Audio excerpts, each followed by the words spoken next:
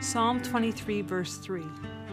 He restores my soul, and He guides me in the path of righteousness for His name's sake. Welcome to Devries Ministries. Now, God is our Father, and among the many, many things that He does for us, He provides for us, He cares for us. And what's happening here is David gives us a picture of what it looked like, a picture that those in David's days would have understood clearly. And for you and I, we just need to do a little bit of digging to see what it was like in David's day to be a shepherd, a desert shepherd. David goes on to say, He guides me in the path of righteousness. Now, the first thing I did when looking at this passage is research historically what a path for a shepherd and a sheep was like when the psalm was written. And what I learned was that the desert hillside in Israel was filled with tiny paths used by shepherds and their flocks. And I learned that these paths are often treacherous and steep. The paths themselves can also be quite confusing and hard to navigate. It's interesting, isn't it? Because what David is actually saying then is that the good shepherd guides him on the difficult, confusing, hard paths of life. The shepherd leads. Notice that he does not force or drive us forward. He leads. God gives His sheep guidance in the proper paths of life so that we don't have to wander aimlessly. And He also does this in part for the sake of His own reputation, because as the one who promised to direct His people, He promised to lead His people, and He doesn't want to break His promise. It's just not in His character to do that. So God leads us in the paths of righteousness. And so the question becomes, what did that mean to David? And what does that mean to you and I? Now, the first thing I did was I asked myself, am I willing to follow? Am I ready to follow? And how do I follow?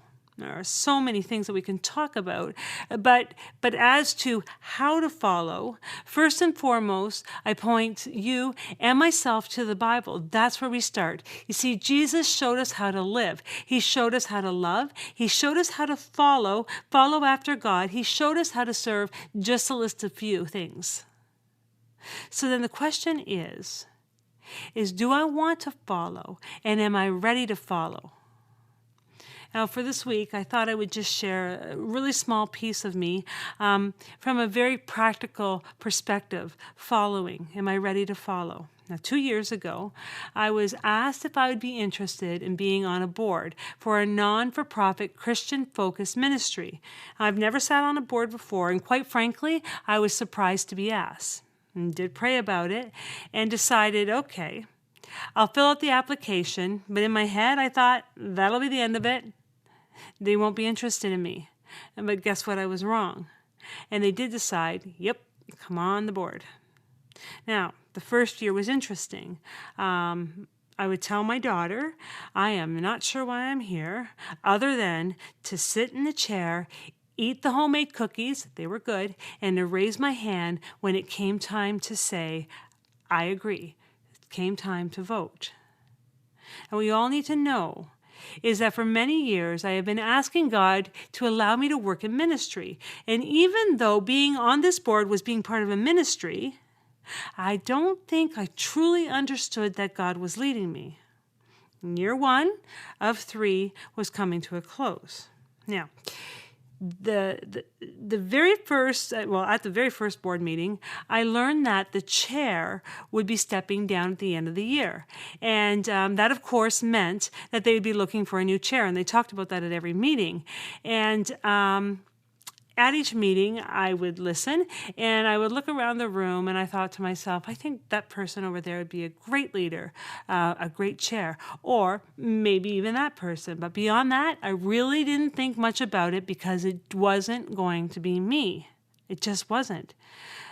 I would continue on 2 more years, fulfilling my duty of eating my share of freshly baked cookies and helping with the voting process. And also, seriously, because I was there, I had the privilege of watching an amazing ministry heart at work.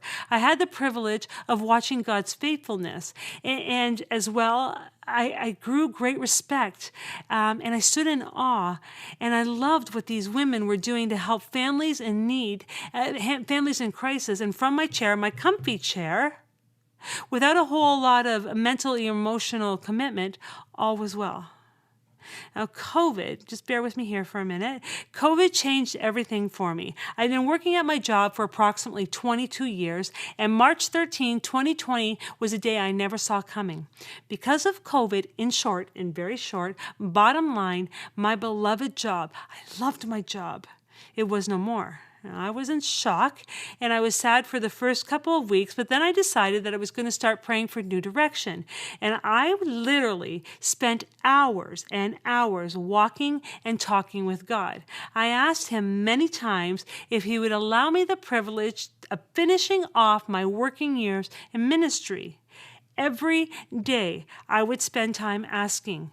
Every day I would dream, and I had ideas. And I had big plans. And one day my phone rang. It was the chair of the board that I was sitting on. She was wondering if I would pray about allowing my name to be nominated for the chair position. Didn't see that coming. Didn't even, not even a hint of it.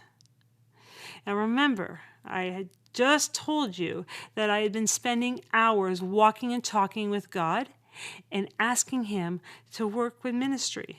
Now, I was very polite, and I told her I would pray, but I literally got off the phone, and I promptly told God, "You're very funny. That's not quite what I had in mind. Let's try again." Can you believe that? I was willing to talk to God. I was willing to give him my ideas, but was I willing to follow? Was I willing to follow the path, the right path that he was showing me, that he was leading me into, even if it didn't make sense? You see, because I'm not chair material. I have other skills. I made sure I reminded God of this very truth, my truth. I said to him, I want to work in ministry, but really, a chair of a board?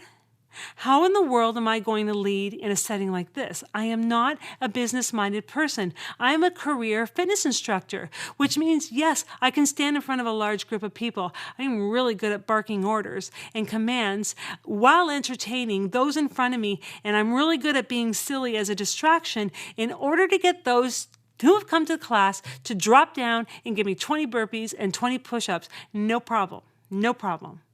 But chair of a board? Seriously, God? Are you willing to follow? Those are the kind of words that haunted me. I had a choice. I could either trust and follow, even though it didn't make sense to me, or I could go my own way. I made a choice, and I chose to trust and follow. I decided if one were to be praying like I had been doing, well, then I better walk through the door that was open for me. September came along, and I stepped into the role. The group voted me in, imagine that, but they voted me in. But I still think I had bad attitude. I stepped in, but I still questioned God, are you sure?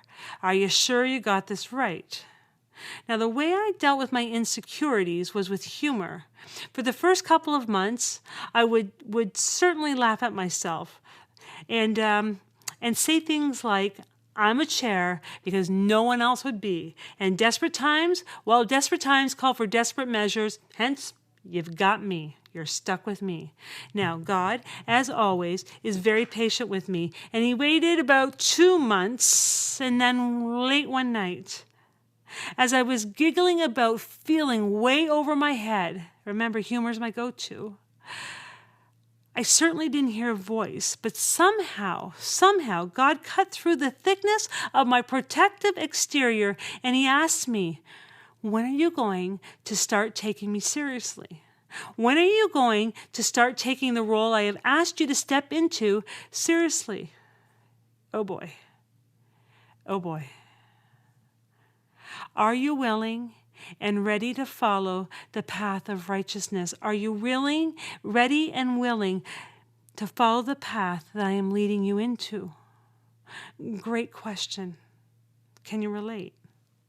Now for me, practically, I asked God to be led, and he led me. And at first I said, yeah, about that, not so sure you got this one right, God. How ridiculous is that?